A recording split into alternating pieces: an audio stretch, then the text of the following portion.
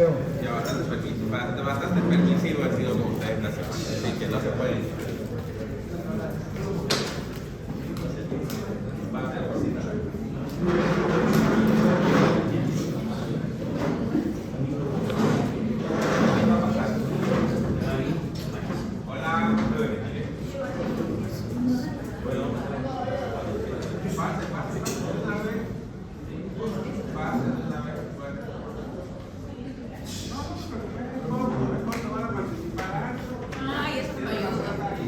Geriátrica. Mucha nada. Bueno, piensen que en pediatría le fue mal para que reciban la sorpresa con su evaluación, porque todos han salido bien. No. La competencia que han evaluado es súper fácil, el examen estuvo sencillo, así que han salido bien todos. Ya. Ahora desconecten de pediatría y vamos a ir de los chicos.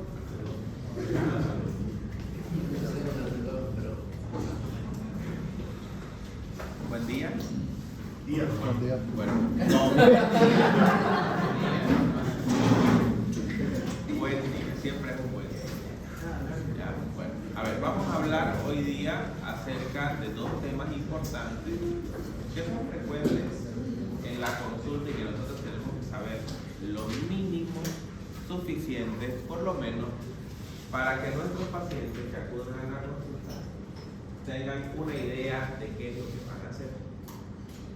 Ya, recuerden que medicina todo es muy amplio, es muy grande, por eso existen las especialidades, las subespecialidades y las superespecialidades. ¿Ya? Entonces, dentro de las subespecialidades de la geriatría está la fisiatría geriátrica, está la nutrición geriátrica y vamos a ver en la otra clase que vamos a hacer dentro de un rato, que se llama la oncogeriatría, ¿ya? Que es oncología netamente enfocada al adulto mayor. Entonces, en nutrición de geriatría, ¿qué es lo que nosotros tenemos que tener en cuenta a la hora de enfrentarnos a un adulto mayor? Ya hemos visto esa parte. La absorción de nutrientes no es lo mismo. Ya tenemos que saber que el metabolismo es diferente, y ya lo sabemos. Tenemos que saber que la absorción de nutrientes no es la misma. Tenemos que saber que la biodisponibilidad de nutrientes tampoco es la misma. Y tenemos que saber que existen alteraciones que pueden llevar al traste con una buena alimentación y nutrición del adulto mayor. ¿Y ellas cuáles son? Las más frecuentes. Hay alteraciones del tipo orgánico y funcionales que dan al traste con una buena alimentación, nutrición, absorción. La sarcopenia, sí, pero vamos de arriba hacia abajo. Cefalocaudal, como el examen físico en Leonardo. Cefalocaudal. La falta de dientes. Correcto. La falta de dientes. Ya, defectos en la masticación de los alimentos. Muchas veces nosotros vamos a las casas de los pacientes y preguntamos ¿qué tipo de comida come la persona? Dicen, come poquito. ¿Cuántas veces va al baño? Una vez cada 3 días. ¿Qué tipo de comida come? La comida normal. Cuando le revisan los dientes al paciente, tiene un diente o 2 dientes o utiliza placa, la placa le queda floja, bailando, como dicen, le queda flojita. ¿Por qué? Porque hay resorción de la encía y entonces el paciente no puede masticar. Si no puede masticar, está deglutiendo el alimento sin masticar. ¿Ya? Entonces, ¿cuál sería la recomendación ahí?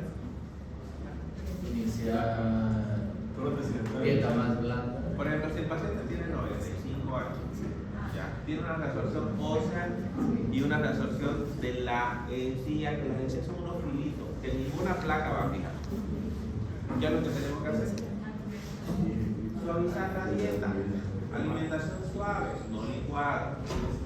No licuada. Licuada, vamos a utilizar alimentación licuada cuando, o sea, en forma de purés, o en forma semilíquida, cuando el paciente realmente tenga trastorno en la deglución. Si nosotros agarramos y porque el paciente no mastica, pasamos a una dieta licuada, el paciente se olvida de tragar sólidos.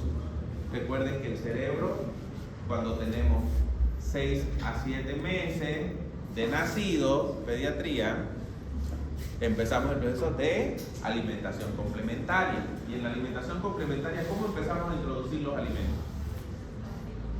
En forma de papilla. ¿Ya? Acuérdense que los enemigos del niño son la licuadora, el chupón, el biberón, la hermana de la madre y la abuela. 5 enemigos tiene el niño. Y el enemigo del adulto mayor, ¿cuál es? La licuadora.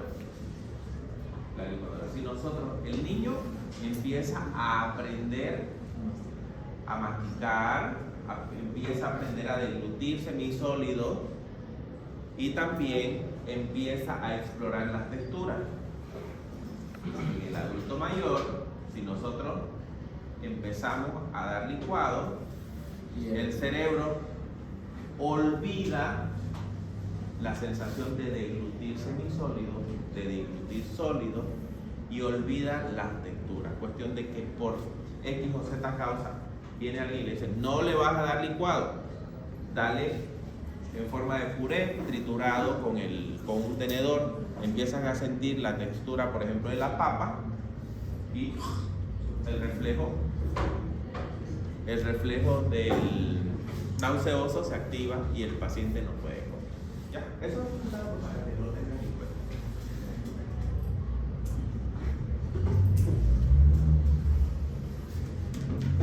¿Qué es lo que pasa y qué es lo que lleva a una malnutrición del paciente, con su subsecuente desnutrición, su subsecuente sarcopenia que lleva a la discapacidad, a la dependencia, al mayor riesgo de institucionalización y a la muerte del paciente?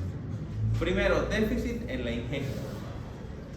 ¿Ya? Que el paciente, ¿por qué va a comer poco? Primero, factores fisiológicos, enfermedades, factores socioeconómicos, emocionales, estilo de vida. ¿Ya? El factor socioeconómico es importante a la hora de evaluar a un paciente. Cuando nosotros le decimos: tiene que comer 4 veces al día, y el paciente va a decir: ¿y con qué me compro la comida? Tiene que comer abundantes frutas y vegetales. Entonces, ahorita vas al mercado y con cuánto comprar frutas y vegetales. Se van a dar cuenta, van a observar ustedes el entorno cuando entren al año al internado y después cuando salgan a la provincia. ¿Cuál va a ser el biotipo que va a tener el adulto mayor en Bolivia en 2 años? Si seguimos al paso que vamos. ¿Qué va a pasar con el físico de los adultos mayores? Van a enflaquecer, Van a disminuir de peso. Cuando aumenta la brecha socioeconómica, cuando existen estos periodos de inflación, de carestía de los alimentos esenciales, una de dos: o el adulto mayor sube de peso porque consume demasiado carbohidrato, o baja de peso porque no consume proteína. Ya, entonces eso ustedes van a ir viendo ese dato y van a ver cómo hay encuestas en 3 años, van a ver encuestas poblacionales de cuánto ha perdido de peso el boliviano promedio. Ya, en Venezuela se hizo esa encuesta con una data de 10 años. ¿Ya? Y en hombres la pérdida de peso promedio era de 9.7 kilos y en mujeres de 8.5 kilos. En Bolivia sucede lo mismo.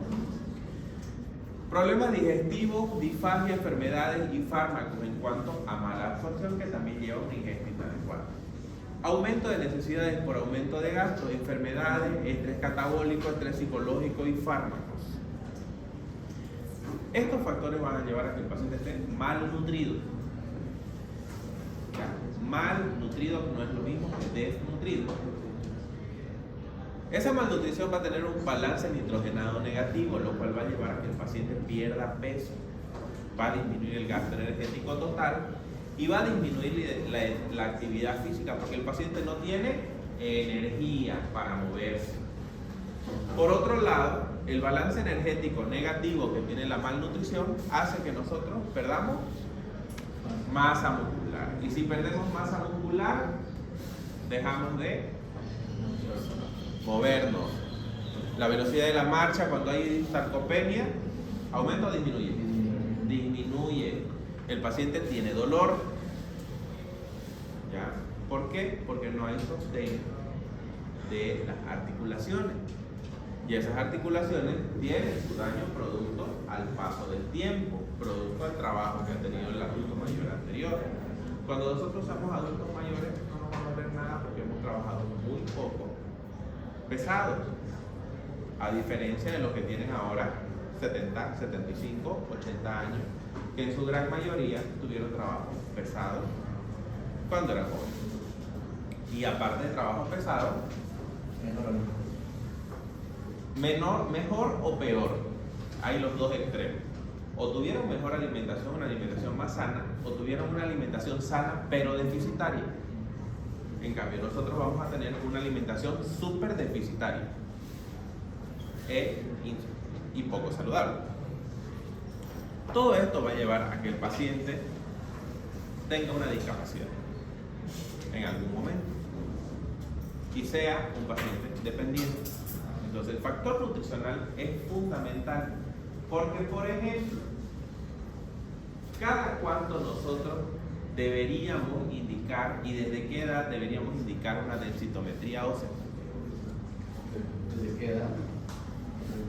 No, desde los 30. ¿Me está preguntando o me está afirmando? Desde los 30. Ah, ahora sí. ¿Desde qué edad se debe indicar una densitometría ósea? Desde los 35 años. Desde los 35 años ya se debería realizar la primera densitometría ósea, al menos al paso que vamos nosotros con los hábitos nutricionales. Antes se decía que solamente se hacía densitometría ósea cuando había trastornos de tiroides, paratiroides, o cuando había el periodo de climaterio, menopausia. Ahora está demostrado que las mujeres con ovarios poliquísticos tienen tendencia a osteopenia. Ahora, como se están estudiando más las enfermedades reumatológicas, hay enfermedades reumatológicas que pueden cursar tanto la enfermedad como el tratamiento como osteopenia. ¿Ya? Y esa osteopenia es un paso de hacerse osteoporosis. Riesgos nutricionales en el adulto mayor. Observen en la base de datos internacionales ¿cuántos estudios en adulto mayor de riesgo nutricional existen? Esta es una estadística que da miedo. Miren, 30 artículos de estado nutricional, 12 artículos de factores que afectan el estado nutricional, 3 de envejecimiento, 3 de nutrición institucionalizado y 3 de no institucionalizado. Esta es la base de datos internacional donde nosotros buscamos este tipo de artículos. Para que se den cuenta que de adulto mayor se escribe poco y nada. O sea, el adulto mayor para la ciencia es una categoría olvidada dentro de lo que es el ciclo evolutivo de la vida. En niños, factores nutricionales en niños, encontrar millones de artículos, millones de metaanálisis que han reportado un valor científico sólido, que es lo que lleva a que existan los protocolos actualmente, pero en adultos mayores no. La clasificación de los factores que inciden está la desnutrición y la malnutrición por bajo poder adquisitivo, abandono de actividad laboral, hábitos alimentarios muy rígidos. En factores biológicos, disminución del metabolismo basal, trastorno del metabolismo de hidratos de carbono, y en los factores fisiológicos, la saliva. La salivación es importante. El adulto mayor no produce saliva, no llora porque no produce lágrimas, no suda porque sus glándulas sudoríparas no producen sudor. Recuerden que el adulto mayor es un paciente por naturaleza deshidratado. ¿Ya? El agua corporal total en el adulto mayor es mucho menor que en el adulto joven, que en el adolescente, que en el niño y que en el embarazado. Por tanto, cuando existen días que tienen más de 34 grados de temperatura, el paciente tiene que tomar 100 mililitros de agua por cada grado adicional después de los 34 grados para evitar que se llame Golpe de calor. el golpe de calor. Factores físicos: masticación, salivación y deglución, deterioro sensorial, discapacidad y déficit mental. Si el paciente no traga porque le dio un ACV, ¿qué tiempo lo va a tener usted con sonda nasogástrica? Ya dieron cirugía ustedes, ¿no? Y en cirugía dieron manejo de sonda.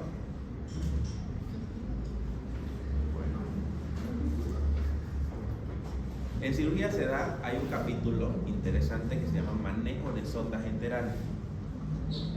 ¿Ya? ¿Quiénes son los que colocan más sondas enterales? Los cirujanos. Son los cirujanos en cirugía digestiva. ¿Ya? Pero recuerden los factores de mal pronóstico del uso de sonda nasogástrica.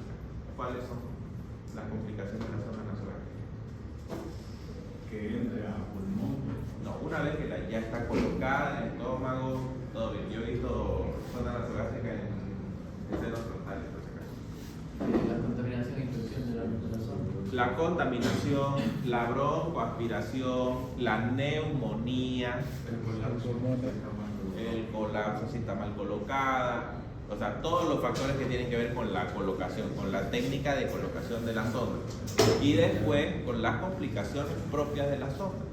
Mientras al paciente lo tengas con menos tiempo con sonda nasogástrica, mucho mejor, y en ocasiones es mejor cuando el paciente ya, el foniatra viene y te dice, mire, ¿sabe qué?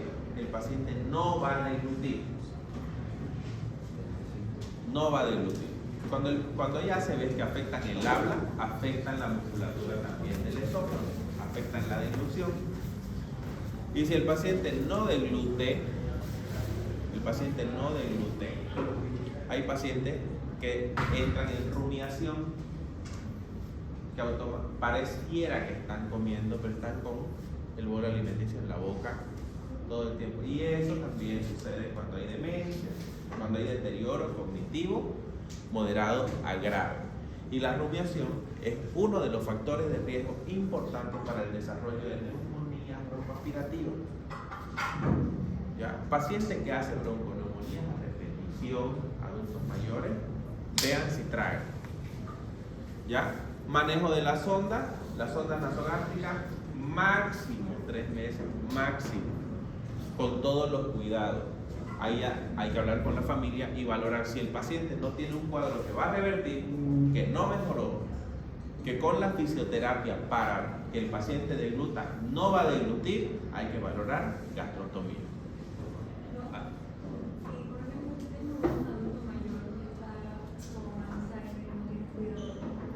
Y no tiene un cuidador. Sí.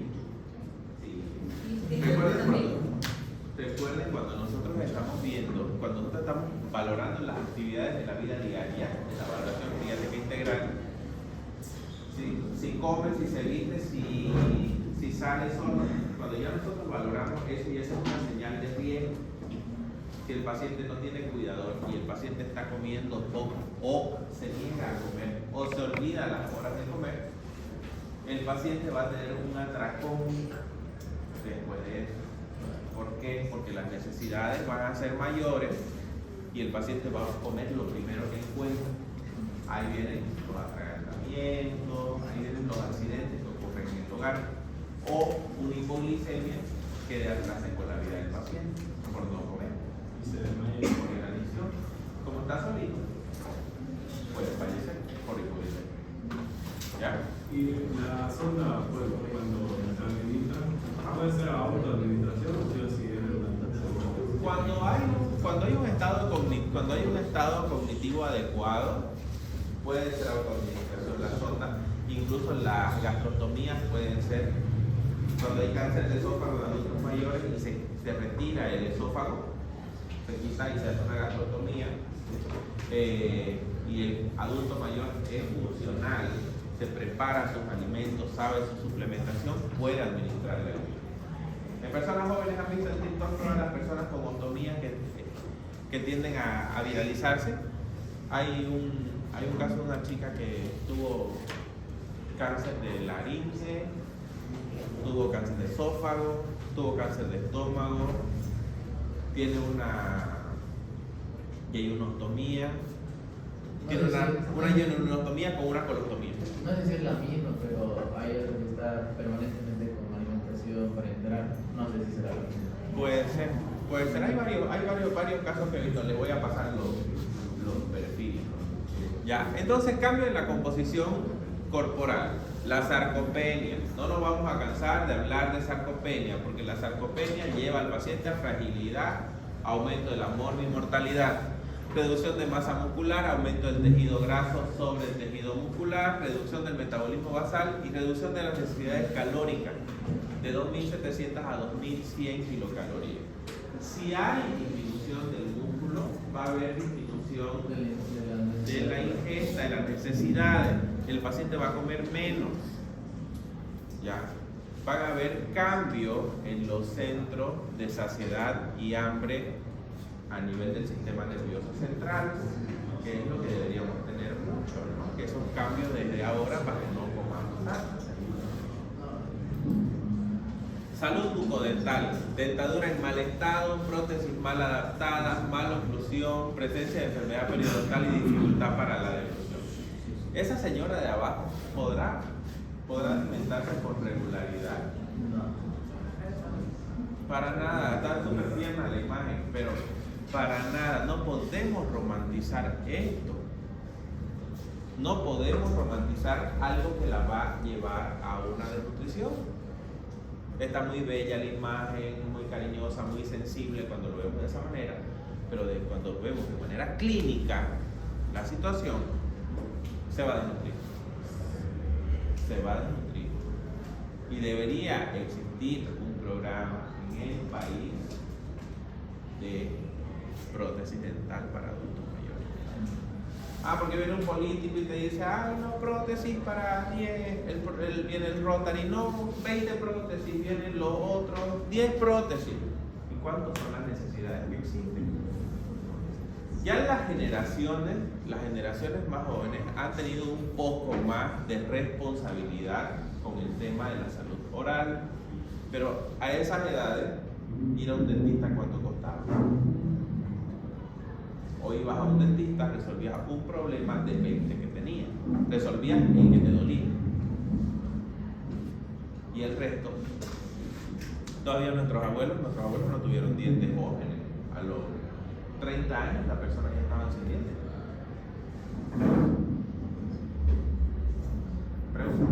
Pregunta en casa. Esa es una realidad muy latinoamericana. ¿Ya? Pero son de los trastornos de la deglución. Recientemente la disfagia se considera un síndrome geriátrico. Paciente que no traga es un paciente que tiene un síndrome geriátrico. La disfagia es un nuevo síndrome geriátrico. ¿Ya? Lo que conlleva desafíos para el equipo multidisciplinario respecto de prevenir y disminuir efectos adversos. El paciente geriátrico, cuando nosotros vemos todos estos factores, desde la salivación, desde la dentadura, desde la deglución, desde que el paciente va perdiendo el hábito de comer, todo eso afecta a la hora de deglutir los alimentos. Generalmente ACV, el paciente geriátrico, en su gran mayoría los accidentes vasculares hemorrágicos producen alteración de la deglución en dependencia del territorio de lesión. ¿Ya? Entonces, para que haya una buena deglución, tiene que haber una buena sincronía entre los órganos de los sentidos, entre el olfato y el gusto. Pacientes con demencia multiinfarto muchas veces pierden la percepción de los olores cuando se afecta el centro olfatorio. ¿Ya? Si usted no huele, no desea comida. ¿Ya? Cuando usted va al patio de comida, ¿qué le pasa cuando va a un patio de comida? Hay dos factores importantes cuando usted va a un lugar donde hay muchos olores de comida. ¿Cuáles son? Hay dos factores importantes cuando uno va a un lugar donde hay muchos olores de comida. Uno es El inicio de la digestión. el inicio de la digestión empieza, aumenta la salivación, ¿ya? Aumenta la salivación. Uno, se activa el centro del hambre. Y después de que usted come, ¿por qué no se queda mucho tiempo en el lugar donde venden comida? Porque ya Huele a aceite y todo eso, lo que dicen, ¿eso qué pasa? ¿Qué pasa ahí fisiológicamente en el cerebro? el centro de la saciedad. El centro de la saciedad. Hay cuando hablamos hormonalmente, hay ya el desbalance entre la leptina y la grelina, que son las hormonas que controlan el hambre y la saciedad a nivel metabólico. ¿Ya? Ahora, las cuestiones funcionales, el estado dental, la función muscular es importante también. El paciente que está muy sarcopénico no traga porque no puede masticar el alimento. El alimento queda muy sólido y es difícil para ellos tragar. Recuerden que salivan menos, hay menos lubricación a la hora de tragar. Por tanto, cuando nuestros adultos mayores nosotros los llevemos o los acompañemos a comer, nosotros se han dado cuenta de que cada vez el ser humano come más rápido. ¿Quién mastica entre 15 y 17 veces cada bocado?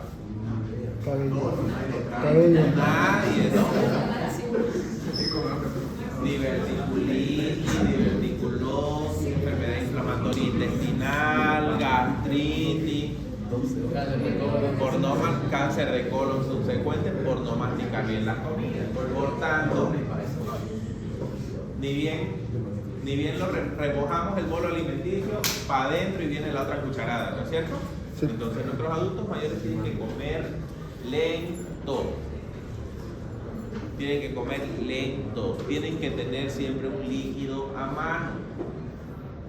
Doctor, yo es mejor tomar líquido después de comer. Bueno, yo la después. Antes. Para que coma menos. No, pero ya, por ejemplo, pero no hablo por No vamos por belleza, vamos por salud. Ya. Generalmente la ingesta de líquidos debe ser después de haber ingerido los alimentos. Ya. Porque al momento de elegir tu alimentación, tenés que elegir una alimentación que sea adecuada. ¿Cuál es la alimentación adecuada? Por ejemplo, los alimentos que son secos, sí o sí tenés que acompañarlo de líquidos. Por ejemplo, si te comes un plato de picante de pollo, ¿qué tiene? ¿Qué tiene? Arroz, tiene papa, tiene chuño, hay gente que le pone fideo, seco. Y no seco de tomar, sino seco de comer. Cuando el alimento, pero es ¿qué cantidad? Mínima. Nicolás come pedir. Entonces, cuando la alimentación es variada, si entrenar, por ejemplo, que generalmente la porción de proteína es la más grande, ¿no es cierto? O sea, media pechuga de pollo, ponele 200 gramos, 250 gramos de pechuga de pollo. ¿La vas a acompañar de qué? ¿Cuál va a ser tu carbohidrato? Arroz o papa. Ya. ¿Y tenés ensalada? ¿Tenés verdura? Debería tener verdura. Si la porción de verdura, o sea, de alimento fresco que tiene líquido, que aporte hidratación es suficiente, podés ingerir tu líquido después. Pero si la alimentación vos ves que es seca, tenés que aumentar el líquido durante la alimentación, durante la comida.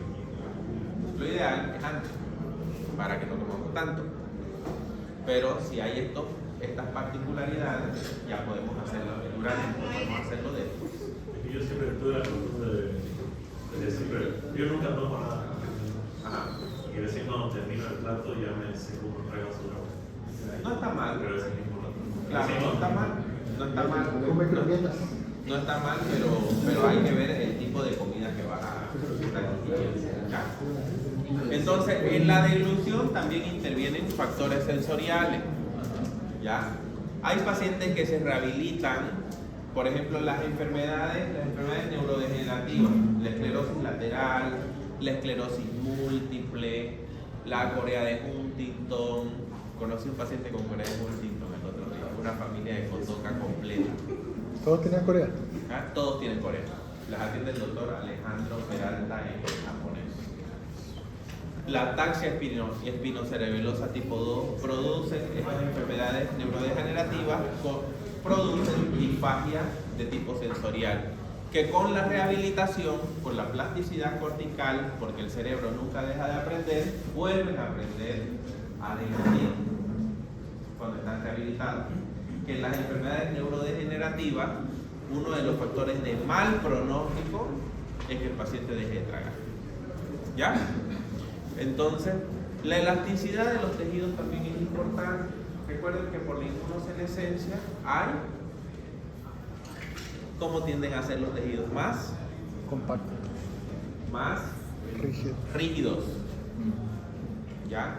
El esófago no se distiende de la misma manera. Existen enfermedades esofágicas también que hacen que el paciente No, regurgite. Por ejemplo, la calasia esofágica. Y hay otra entidad que es frecuentísima en Bolivia, que es la afectación de esófagos por Chagas. El esófago chagásico, que el paciente acumula alimentos y posteriormente regurgita. ¿Ya? Entonces todo eso tiene que ver con la deglución. El deterioro sensorial y deterioro cognitivo. Estos nutrientes han sido identificados en una situación de deficiencia con pacientes de deterioro cognitivo. Por ejemplo, 6 estudios demuestran que de un total de 17 que hay déficit de ácido fólico. 6 estudios de vitamina B12, 1 de vitamina B6, 1 de C, 3 de E, 3 de A, betacaroteno, vitamina D, vitamina K y omega 3. O sea, cuando el paciente tiene déficit sensorial, el paciente no hay como diga yo tengo hambre. El cuidador ya sabe los horarios de comida y por automatismo el paciente. Esa es una de las tristes realidades del proceso del envejecimiento poco saludable que te lleva a un trastorno cognitivo en el cual vos no tengas noción del día y de la noche, no tengas noción del hambre, de la saciedad. ¿Ya? Por tanto, es importante que los cuidadores, no cualquier persona cuida a un adulto mayor, por favor. ¿Ya? Y si es un familiar que cuida al adulto mayor y usted es el médico de asistencia que visita a ese paciente, usted tiene que saber por eso es que no cualquiera le mete a los adultos mayores, porque es un desafío, porque la familia siempre va a querer que el paciente mejore o que el paciente se mantenga en el tiempo. Y si es un cuidador que no tiene experiencia en cuidado de adultos mayores y no tiene en cuenta el tema de la alimentación, el adulto mayor no va a bajar de peso, se va a poner flaquito, va a tener sarcopenia. ¿Y qué es lo primero que piensa el familiar? El cuidador está. No es culpa del cuidador, es el médico. Es el médico. Doctor, desde que usted lo está tratando, mi papá se secó. Modificó. Por eso es importante cuando nosotros tenemos los ingresos domiciliarios hacerlo como estamos haciendo, como hemos visto nosotros en la consulta. Nos sentamos con el paciente, investigamos todo, hacemos una buena historia clínica de primera intención para saber a quién nos estamos enfrentando. ¿Qué es importante? Igual conocer el entorno familiar del paciente. Es súper importante porque conociendo el entorno familiar vamos a saber que el paciente tiene 5 hijos. De esos 5, 3 se pelean encima del adulto mayor. Uno lo acompaña casi todo el tiempo y uno aparece de vez en cuando. ¿Ya? El que no aparece nunca o la que aparece de vez en cuando son las que más pelean cuando le pasa algo al adulto mayor. Y son las primeras personas en apuntar al personal de asistencia. Ya, eso está descrito en los libros de geriatría. De esa manera. Ya, o sea, más bonito, disfrazadito, pero desde ese punto del manejo psicoemocional del paciente geriátrico y el entorno está descrito de esa manera. Entonces, es importante que nosotros veamos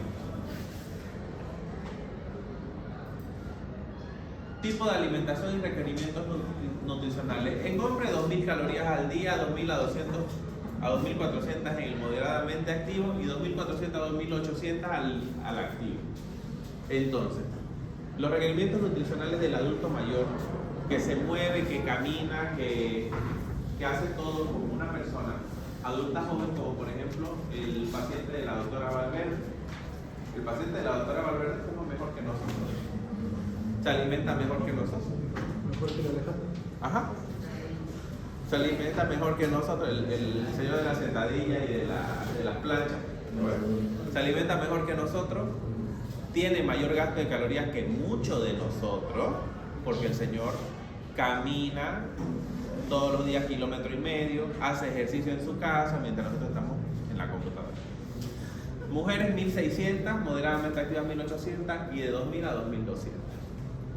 Plato apto para el adulto mayor tiene que ser un plato balanceado, el plato saludable que estamos acostumbrados a ver en la clínica. ¿Ya? Que tenga todo tipo de nutrientes, todo tipo de alimentos, evitar alimentos procesados, encajados, enlatados y alimentos que son ricos en sal, en nitratos, como por ejemplo los embutidos. No existe un protocolo de nutrición estandarizado para los adultos mayores. Los requerimientos deben ser individualizados previa valoración nutricional. Es importante que un nutricionista valore al adulto mayor. Sí. ¿Por qué? Para ver la necesidad real. Que no le puede dar una dieta que le ha dado a los otros 10 pacientes. Correcto. Vamos a pasarlo rapidito lo de ejercicio físico. Vamos a ver los beneficios del ejercicio físico. Hola, ¿cómo está? Beneficio físico en el sistema inmunitario, en el corazón, en la densidad ósea, cerebro, calidad del sueño y digestión. Esos son los beneficios en el adulto mayor del ejercicio físico, que en realidad son los beneficios que tiene a todas las edades, ¿no? Nos va a ayudar a prevenir la sarcopenia. Sistema inmunitario, si nosotros nos movemos va a haber mayor producción de ¿qué tipo de células? Si nosotros nos movemos, si nosotros estamos en constante movimiento, hacemos ejercicios, ¿qué tipo de células en el sistema inmunitario se van a desarrollar más?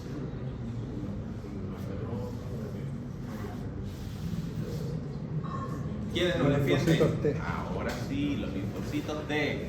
En el corazón, ¿qué va a haber? Mayor capacidad de cargar la grasa cardíaca. Ya. En la densidad ósea, Aumenta la densidad. aumento, mejora o permanencia de la densidad ósea. Cerebro. El adulto mayor que se mueve no se desmemoria rápido. Lleva más sangre. Llega más sangre, hay más síntesis de qué? De neurotransmisores efectivos. Calidad del sueño. Paciente que come bien, duerme bien. Paciente que come mal, que se come una hamburguesa a las 11:30 de la noche, no duerme bien, como yo anoche. Digestión, el ejercicio ayuda en la eliminación de desechos, Si el paciente se mueve, el colon Ahí está funciona. la hamburguesa de anoche. El paciente se encama o se mueve poco y los familiares quieren que tenga un hábito defecatorio de 2 a 3 veces por día. Es posible. ¿Ya? Entonces, esos son los beneficios del ejercicio físico en adultos mayores. Recomendaciones: entre 150 y 300 minutos al día de actividad física aeróbica moderada a la semana, estos son los funcionales. Y al menos entre 75 y 150 minutos de actividad física vigorosa a la semana. En adultos funcionales, en personas que se mueven, que hacen ejercicio. El entrenamiento de fuerza o resistencia en el que se ejercitan los músculos. Entrenamiento aeróbico que mejora el sistema respiratorio y cardiovascular. Entrenamiento propioceptivo que refuerza el equilibrio. Y entrenamiento de flexibilidad que mejora la elasticidad de los músculos. Esto se llama, en geriatría, ejercicio físico multicomponente. ¿Ya? El ejercicio físico multicomponente que mejora la resistencia cardiovascular por un lado, aumenta la masa muscular por otro, potencia la capacidad funcional, la flexibilidad y el equilibrio. Aquello de que usted con sus abuelos en casa, ustedes le digan, levántese y siéntese, haga lo mismo que estoy haciendo yo. Eso de que ustedes le digan, levántese y siéntese 5 veces cada hora mientras los están visitando, eso potencia la capacidad funcional y son ejercicios de la vida diaria. Y el paciente fortalece la musculatura de la cadera y es un paciente que posiblemente nunca se caiga. ¿Ya? Esto es lo de ejercicio físico multicomponente. Pero vamos a ver algo de la otra conferencia que es de oncogeriatría. La vamos a ver. Es cortita. Ay, no. Es cortita, la vamos a ver en 10 minutos lo más relevante ya, para que se vaya.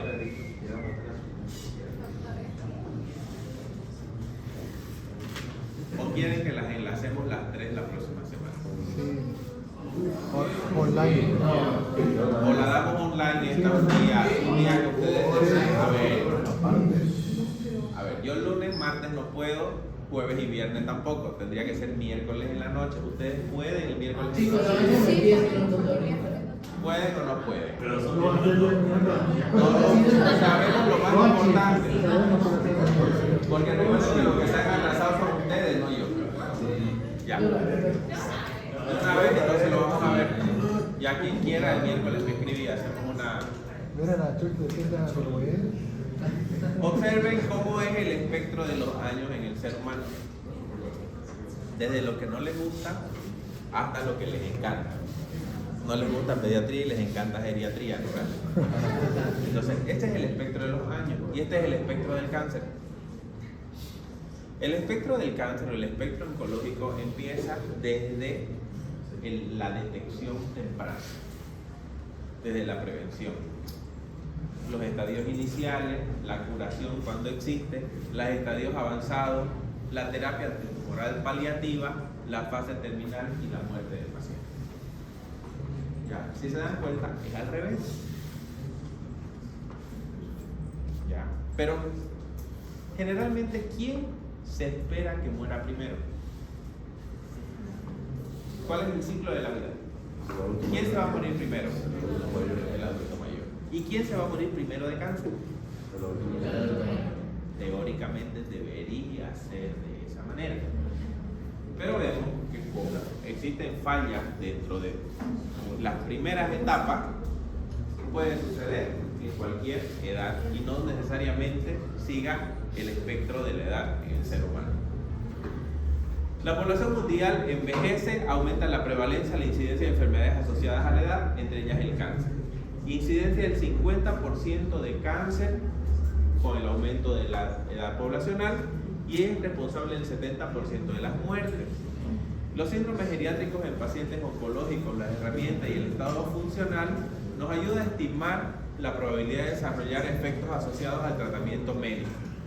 ¿Ya? Por eso es importante en el adulto mayor hacer la valoración geriátrica integral, saber cómo el paciente va a enfrentar la enfermedad.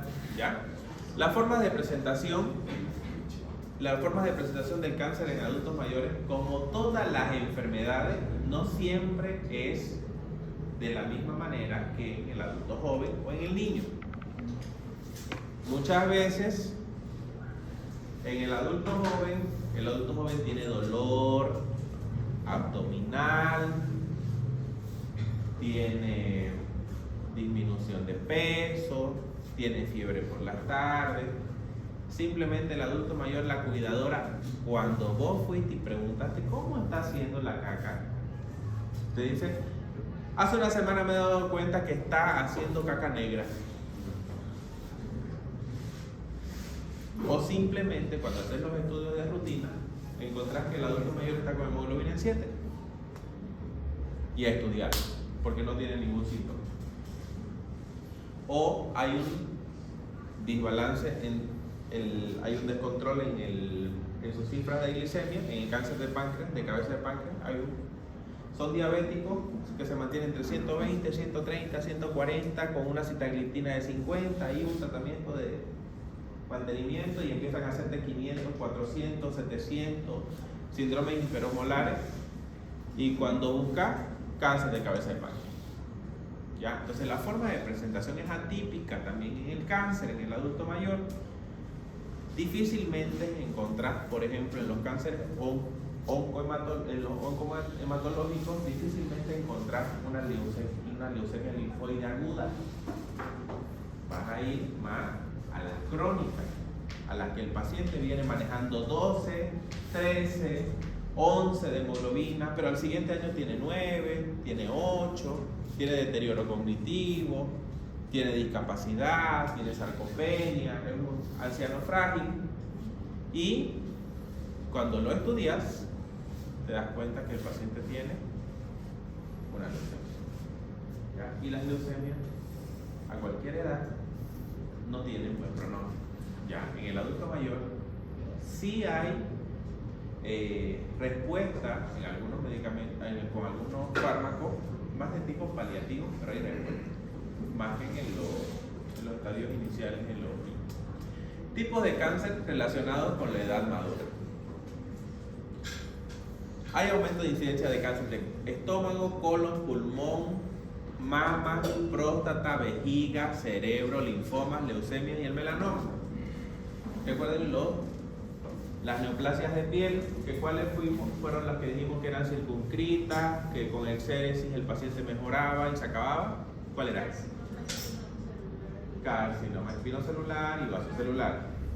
Ya, el melanoma ya es un tumor que generalmente tiene metástasis a distancia. Ya, entonces aumentan todos los tipos de cáncer, pero especialmente este.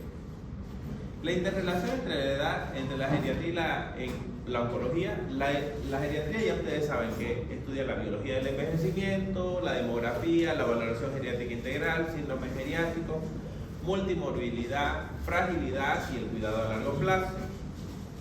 La oncología, la biología del cáncer, epidemiología, tratamiento.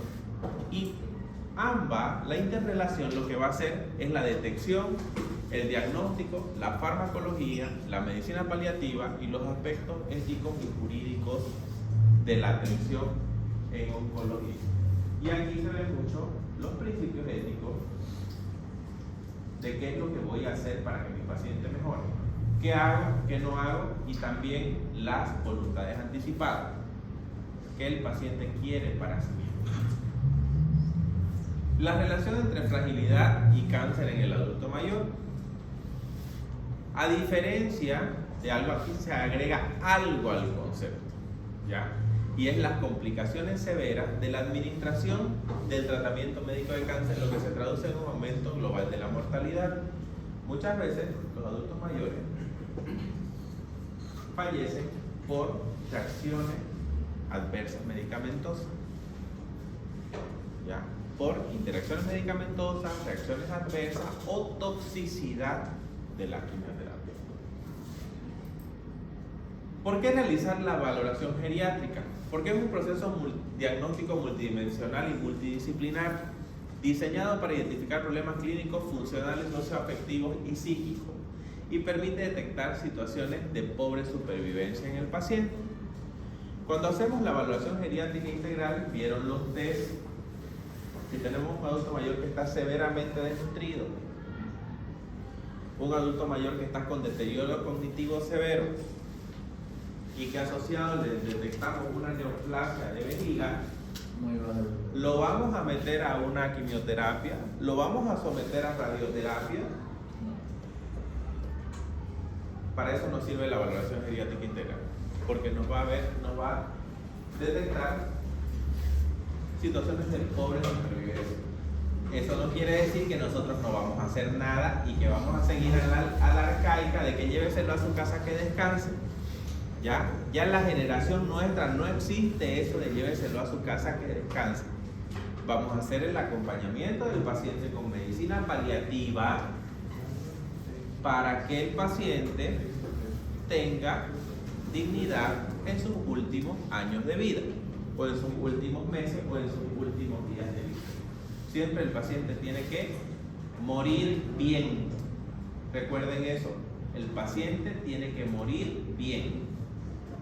Morir bien es con asistencia de oxígeno, con calmante, sin dolor y con nutrición hasta el último momento. El paciente no deglutió, señora, mire, no va a comer más. Desea que se coloque una sonda nasogástrica para pasarle algún suplemento, para que no sienta teóricamente hambre el paciente y se mantenga con nutrición. Sí, colocamos una sonda nasogástrica y lo seguimos alimentando. El paciente igual se va a morir. Igual se va a morir, pero va a morir bien. ¿Ya? En medicina paliativa, morir bien. Vamos a dar ese tema de cuidados paliativos también, que es interesante. ¿Qué aporta el oncólogo en la oncogeriatría? La individualización del tratamiento. ¿Qué hace la BGI? La tipología oncogeriátrica. Candidato, va a decir que es candidato a tratamiento oncológico estándar, candidato a tratamiento oncológico modificado o adaptado, candidato solamente a valoración geriátrica o no candidato a tratamiento oncológico activo. ¿Ya? Esta interrelación de las dos especialidades, cuando se sientan juntas van a decir, a ver, Juan tiene un linfoma no Hodgkin. ¿Ya? Podemos, a ver, un estadio 3. ¿Ya? ¿Qué tiene Juan?